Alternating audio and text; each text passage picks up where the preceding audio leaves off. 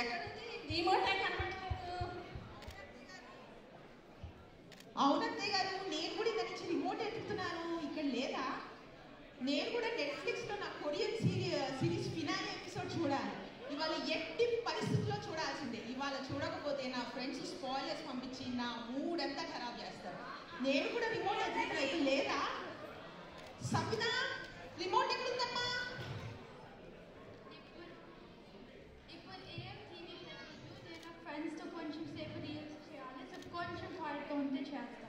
సమిత, ఈ టైంలో ఫోన్ ఏంటమ్మా, రీల్స్ ఏంటమ్మా?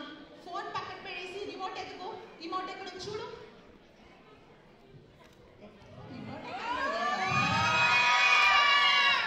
ఏం జరుగుతుంది ఇక్కడ? ఇండియా ఆస్ట్రేలియా క్రికెట్ మ్యాచ్ జరుగుతుంటే అబ్బా, ఇప్పుడు కూడా క్రికెట్ ఏంట్రా?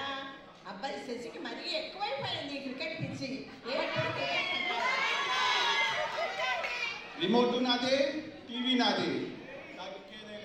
ఈ క్రికెట్ గోల్ ఏంటో అత్తయ్య గారు, వచ్చినప్పుడే చూస్తున్నారు కదా. ఇవాళ కూడా టీవీ మనకి లేదు చూడడానికి.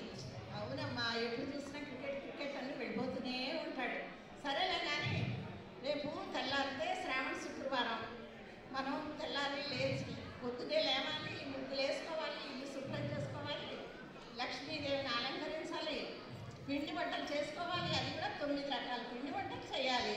9 రకాల పిండి వంటలా? అయ్యో, నేను 9ంటికల్లా ఆఫీస్లో ఉండి తీరాలండి. రేపంతా వర్క్షాప్ ఉంది.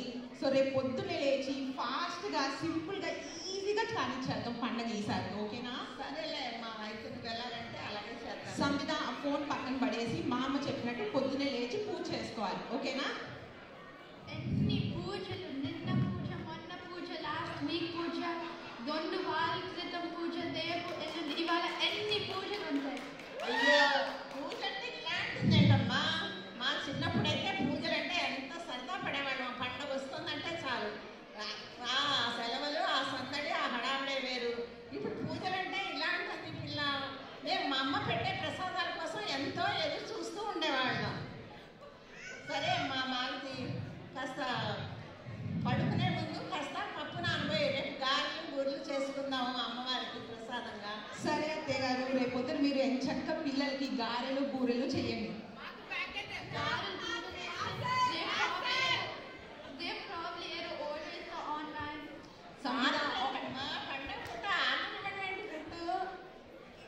మామ నీకు చక్కగా గారెలు బూరెలు చేస్తా అంటున్నారు. గారెలు బూరెలు మొత్తం ఆయిల్, మొత్తం కార్బోహైడ్రేట్, అస్సలు హెల్దీ కాదు. సేమ్ ఆర్డర్ ఇస్తా, సూషీ ఇస్తా, చాలా హెల్దీ. సూషీరా?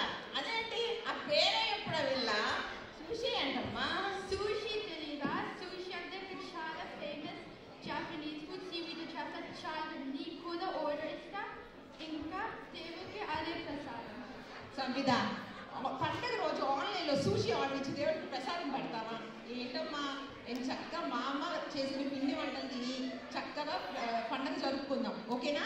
వీకెండ్లో సూషీ తిందాం. సరేనా? ఇంకా సరే, వెళ్ళి పడుకో. ఫోన్ ఇక్కడ వదిలేసి పడుకో. వెళ్ళొస్తాను అత్తయ్య గారు, మీరు కూడా పడుకోండి. ఒక్కసారి ఉండమ్మా.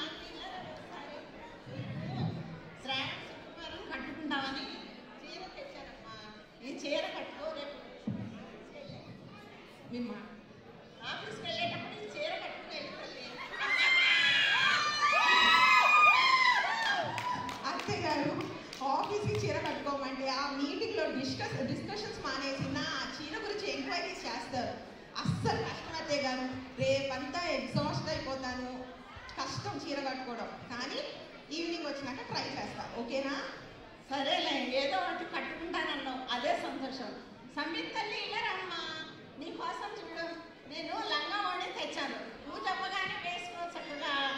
నో వే ఇది వేసుకుంటా. షూల్ ఫ్యాబ్రిక్ ఎంత ఇచ్చి ఇంకా ఎంత అన్కంఫర్టబుల్ అని అస్సలు వేసుకోను.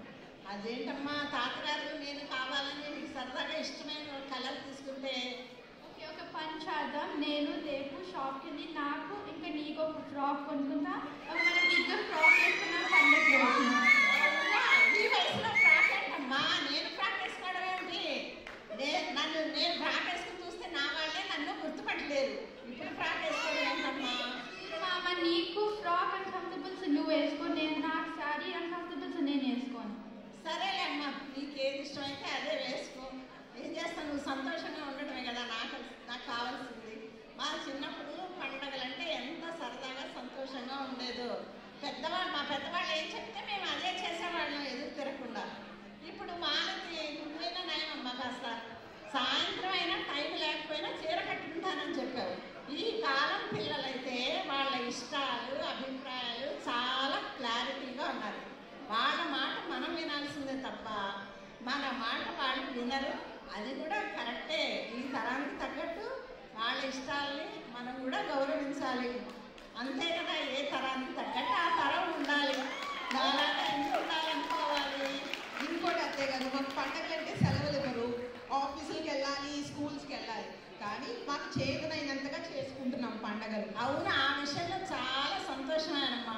అస్సలు టైం లేకపోయినా ఉద్యోగాలు చేస్తూ ఆఫీస్కి వెళ్తూ ఇంట్లో పండగలు చేసుకుంటూ పూజలు చేసుకుంటూ ఉండలో ఉన్నంత అందరినీ 10 మందిని పిలిచి మీరందరూ చేసుకోవడం నాకు చాలా సంతోషంగా అనిపించింది. నువ్వు మీ ఫ్రెండ్స్ అందరు ఇళ్ళకి కూడా నన్ను తీసుకెళ్ళావు.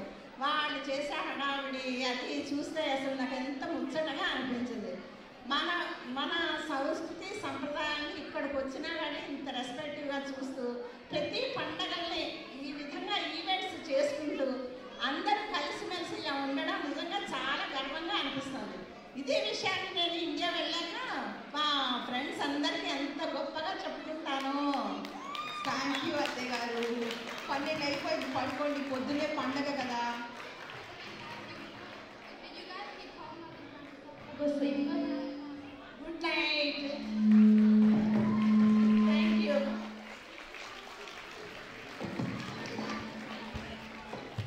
What a super performance. Malathi గారు చాలా న్యాచురల్ గా అత్తయ్య గారు ముందర బాగా